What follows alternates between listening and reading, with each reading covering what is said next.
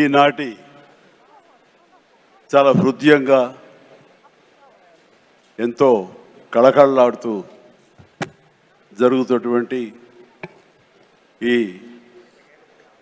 Telangana Gaddar film awards కార్యక్రమానికి మూల విరాట్ అయినటువంటి గౌరవ ముఖ్యమంత్రి శ్రీ రేవంత్ రెడ్డి గారికి, డిప్యూటీ ముఖ్యమంత్రి మిత్రులు పెద్దలు మా భట్టి విక్రమార్క గారికి, అలాగే మరొక మంత్రివర్యులు జూపల్లి గారికి, నా సహచరుడు, నా ఇష్టడు, నా మిత్రుడైన లోకనాయకన్ కమల్ హాసన్ గారికి,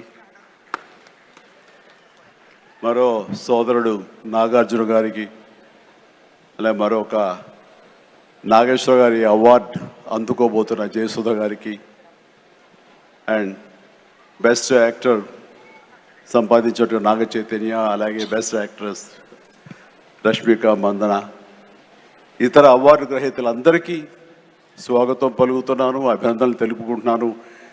ఈ శ్రీ పరాభవనామ తెలుగు సంవత్సరాది ఉగాది శుభాకాంక్షలు ఇక్కడ ఉన్నటువంటి ప్రతి ఒక్కరికి, ఆహ్వానితులకు, వీక్షిస్తున్న వారికి, రెండు రాష్ట్రాల తెలుగు ప్రజలకు ప్రతి ఒక్కరికి నా మనస్ఫూర్తిగా తెలుపుకుంటూ నా సంతోషాన్ని వెలిబుచ్చుకుంటున్నాను.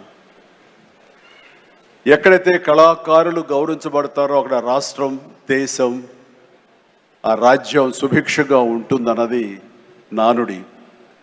దాన్ని సరిగ్గా అర్థం చేసుకుని ఒక సమయంలో కుంటిబడి ఉన్న, లేకపోతే నెగ్లెక్ట్ కాబడినటువంటి ఇదే ఫిలిం అవార్డ్స్ని ఆ యొక్క నానుడి అర్థం పరమార్థం గ్రహించి గౌరవ ముఖ్యమంత్రి గారు మళ్ళీ పునరుద్ధరించి కళాకారులు గౌరవించుకోవాలి, సినిమా యొక్క ప్రభావం ఎంత ఉంటుంది, దాని ప్రతాపం ఎంత ఉంటుంది, ఎంత ఇంపాక్ట్ ఇస్తుంది అనేది తెలుసుకుని ఎంతమందికి ఉద్యోగ అవకాశాలు ఇస్తాయి, ఎంతమందికి ఉపాధి కల్పిస్తుందనే దాని యొక్క ఆంతర్యం గ్రహించి మళ్ళీ దానికి పునర్జీవనం పోసి ఇదిగో ఈ రోజున ఇంత బాగా సజావుగా సాగడానికి, ఇంత హృదయంగా సాగడానికి, ఇంత అద్భుతంగా సాగడానికి కారణమైన వారికి ప్రత్యేకించిన మనస్ఫూర్తిగా నా ధన్యవాదాలు సభాముఖంగా తెలియజేసుకుంటున్నాను. సార్, మనం కలిసిన ప్రతిసారి మీరు సినిమా గురించి, సినిమా అభివృద్ధి గురించి, సినిమాని ఎలా ముందుకు తీసుకువెళ్ళాలంటూ ఈ హైదరాబాద్ అనేది నైసర్గిక స్వరూపంగా ఇది అన్ని దేశం మొత్తంకి మధ్యలో ఉంటుంది, అన్ని రకాల అట్మాస్ఫియర్స్ ఉన్నాయి, అన్ని రకాల అంబియన్స్ ఉన్నాయి, అన్ని రకాల ఇన్ఫ్రాస్ట్రక్చర్ ఉంది as per cinema is concern. కాబట్టి ఇక్కడ ఒక తెలుగు సినిమా కాదు, లేదా దక్షిణ భారత సినిమా కాదు, భారతదేశ సినిమా అని ఇక్కడ కేంద్రంగా ఉంచడం, భవిష్యత్తులో ప్రపంచ దేశ సినిమాలను కూడా ఇక్కడ ఆహ్వానించేలాగా మనం అన్ని అభివృద్ధి చేయాలి, దానికి అవసరట్లుగా మేమందరం సమాయుత్తం అయ్యామంటూ దానికి ప్రత్యేకించి ఈ కార్యక్రమాన్ని, ఈ యొక్క దీన్ని బృహత్ కార్యాన్ని భట్టి గారికి అప్పచెప్పారు.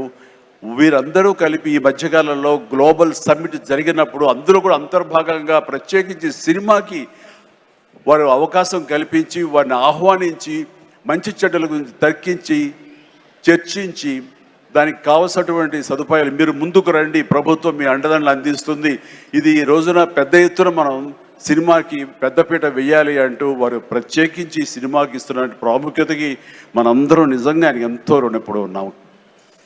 ఎందుకంటే దీని యొక్క ఆంతర్యం, దీని యొక్క విలువ గ్రహించారు కాబట్టి కేంద్ర ప్రభుత్వం కూడా వేవ్స్ అని మన సాఫ్ట్ పవర్ని ప్రపంచ దేశాలకి తెలియచెప్పాలంటూ మన కల్చర్ కానివ్వండి, మన హెరిటేజ్ కానివ్వండి, మన సినిమా కానివ్వండి, మన క్రీడ కానివ్వండి, మన గ్రామీణకు సంబంధించినటువంటి ఆ వాతావరణం కానివ్వండి, మన ఆహారపు అలవాట్లు కానివ్వండి, ఇవన్నీ కూడా ప్రపంచ దేశాలకి తెలియజేస్తే కనుక దాని ఇంపాక్ట్ అంతా ఇంత ఉండదు. వాళ్ళని ఆకర్షించుకోగలిగితే కనుక ఆ రిజల్ట్ వేరు. అందుకనే కేంద్ర ప్రభుత్వం కూడా ఈ సాఫ్ట్ పవర్ యొక్క ఇంపాక్ట్ గ్రహించి దీన్ని వేవ్స్ అని మధ్యకాలంలో నన్ను కూడా అందులో భాగస్వామ్యం చేస్తారు, కమల్ హాసన్ గారు, వీళ్ళందరినీ కూడా దాన్ని చూశారు. ఎందుకంటే వాళ్ళందరూ దాన్ని చవి చూశారు.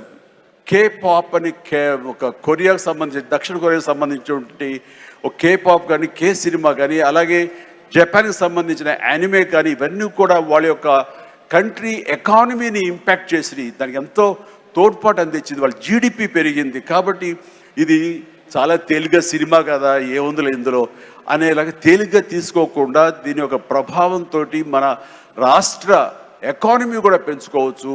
ఈ రోజున మన పేరు ప్రఖ్యాతులు కూడా తీసుకోవచ్చు. ఎక్కడైనా సరే ఇప్పుడు హాలీవుడ్ అంటే మనం ఒక అగ్రరాజ్యం గుర్తుకొస్తుంది. అలాగే ఇండియన్ సినిమా అంటే ఈ రోజున హైదరాబాద్, తెలంగాణ గుర్తుకు రావాలన్న ముఖ్య ఉద్దేశంతో మన ముఖ్యమంత్రిగా చేపట్టే బృహత్ కార్యక్రమానికి మనందరం చేదోడుగా ఉంటామని, ఇండస్ట్రీ మీ వైపు ఉంటుందని మనస్ఫూర్తిగా ఈ సందర్భంగా నేను తెలియజేస్తూ, మీరు ఎలాంటి ఆర్డర్స్ ఇచ్చినా సరే శిరసా వహిస్తూ ముందుకు తీసుకువెళ్తామని సందర్భంగా మీకు తెలియజేస్తాను సార్.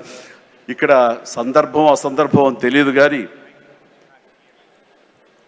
మన పక్క రాష్ట్రం అయినటువంటి మనో తెలుగు రాష్ట్రం ఈ కళాకారుల పట్ల, ఈ సినిమాల పట్ల వాళ్ళని ఉత్సాహపరిచే దాని విధానంలో కొంచెం వెనకంజ వేసే ఉందనుకుంటున్నాను. కాబట్టి సినిమా వాళ్ళకి అతి దగ్గరగా ఉన్నటువంటి ముఖ్యమంత్రి గారు నారా చంద్రబాబు నాయుడు గారు, ఆయన కూడా దీన్ని ఇన్స్పిరేషన్గా తీసుకుని మరింత ప్రోత్సహిస్తే కనుక మీరు ఇచ్చే ఉత్సాహంతో ఎంతోమంది యంగ్స్టర్స్ ఈ రోజున మరిన్ని సినిమాలు చేస్తారు. ఆ సినిమా రెవెన్యూ కూడా మనకి కంట్రిబ్యూట్ అవుతుంది మన స్టేట్ ఎకానమీకి. అది కూడా ఒక ఆలోచన పెట్టవలసిందిగా వినమ్రంగా ఈ వేదిక ఇచ్చే వారికి నేను విన్నవించుకుంటున్నాను. అలాగే మన ఈ కార్యక్రమం, ఈ అవార్డులను చూస్తుంటే కనుక ఇది సీనియర్స్కి గౌరవాన్ని ఇచ్చే విధంగాను, అలాగే యంగ్స్టర్స్ని ఉత్సాహపరిచే విధంగాను చాలా చక్కగా ఈ అవార్డులు ఎంపిక జరిగింది. దాని కానీ ప్రత్యేకించి మన జ్యూరీ కమిటీకి కానీ, ఈ అవార్డుల కమిటీ సభ్యులకి ప్రతి ఒక్కరికి నా హృదయపూర్వక అభినందనలు తెలియజేస్తున్నాను. మరొకసారి ప్రతి ఒక్కరికి నా ధన్యవాదాలు తెలియజేసుకుంటూ ఉగాది శుభాకాంక్షలు తెలియజేస్తాను. ధన్యవాదాలు. Thank you so much sir. Thank you so much megastar Chiranjeevi గారు.